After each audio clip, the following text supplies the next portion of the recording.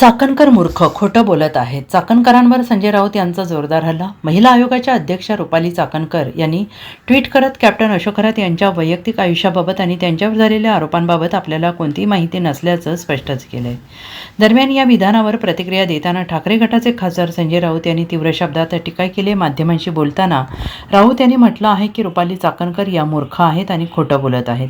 त्यांच्या वक्तव्यावर विश्वास ठेवता येत नाही. त्यांच्या पदावर त्या एक मिनिटही राहू नयेत. जर त्यांच्या थोडी जरी नैतिकता शिल्लक असेल तर त्यांनी तात्काळ राजीनामा द्यावा. याशिवाय हा वैयक्तिक आयुष्याचा प्रश्न कसा होऊ शकतो, असा सवाल त्यांनी उपस्थित केलेला आहे. या प्रकरणात अनेक बाबी गेल्या काही कळण्याच्या पासून चर्चेत असल्याचं राऊत यांनी म्हटलंय. नाशिकमध्ये एका महिलेनं त्रस्त होऊन तक्रार केल्याचा उल्लेख करत बंद दरवाजा आड महिलांवर अत्याचार होत असल्याच्या चर्चा असल्याचं त्यांनी म्हटलंय. तसेच काही प्रकरणांमध्ये दबाव टाकून तक्रारी दाखल होण्यात यासाठी प्रयत्न झाल्याचा आरोप राऊत यांनी केला आहे.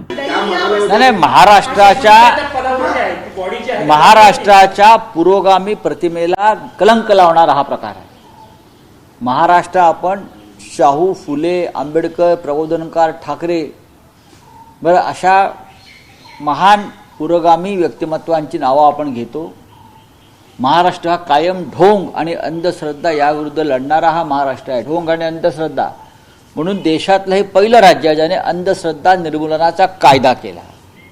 पण तुमच्या राज्याचे मंत्रीच सत्तेत टिकण्यासाठी, आपली पापं झाकण्यासाठी अशा प्रकारे अंधश्रद्धेचा वापर करून दबावाचं राजकारण करणार असतील तर मला वाटतं की हे गृहमंत्रालयाचं काम आहे की संबंधित आणि स्वतः मुख्यमंत्री आहेत त्यांनी ताबडतोब बडतर्फ केलं पाहिजे अशा लोकांना. सर, एखाद्या महिलेवरती अत्याचार झाला ती महिला आयोगाकडे न्याय मागायला जाते, इथं महिलावरती अत्याचार झालाय आणि त्या काय त्यांना न्याय दिला नाही, असं या ज्या महिला आयोगाच्या अध्यक्ष आहेत त्यांच्यावरती आतापर्यंत अशा प्रकारचे अनेक वेगवेगळ्या पद्धतीने आरोप झालेले आहेत. त्या वादग्रस्त आहेत. त्यांना कोण आणि का वाचवत आहे हे आता मला फार कोडं पडलेलं आहे. त्यांना कोण आणि का कशासाठी वाचवत आहे, का वाचवलं जात आहे.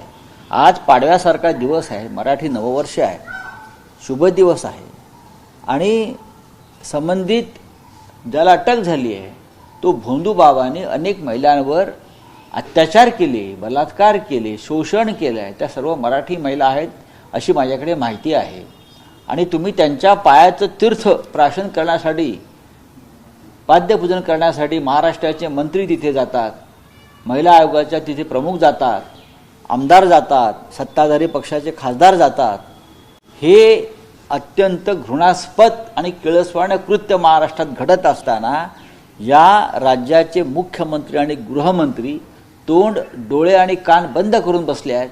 हे या राज्याचं दुर्दैव आहे. रुपाली चाकणकर ट्विट करून म्हणतात, कॅप्टन खराट यांच्या वैयक्तिक आयुष्य किंवा त्यांच्यावर झालेल्या आरोपांबद्दल मला काहीच कल्पना नाही. असं कसं होऊ शकतं? मूर्ख आहेत त्या आणि खोटं बोलतायत. त्या खोटं बोलतायत. मुळातच त्या पदावर त्यांनी मिनिटभरही राहू नये. त्यांच्यात थोडी जरी नैतिकता शिल्लक असेल तर यात वैयक्तिक आयुष्याचा प्रश्न येतोय कुठे? ह्याच्यामध्ये अनेक गोष्टी गेल्या काही काळापासून चर्चेला येत होत्या. शेवटी एका महिलेनं असह्य होऊन तक्रार केलेली आहे नाशिकमध्ये. पण अशा प्रकारे तिथे काहीतरी चाललेलं आहे बंद दाराआड. महिलांचे हुंदके ऐकायला येत होते अनेक ठिकाणी. तुमचं काम आहे आणि तुम्ही दबाव आणून अनेकांना तक्रारी दाखल करण्यापासून रोखल्याची प्रकरणं समोर आलेली आहेत. Bureau report, SPN Marathi, Mumbai.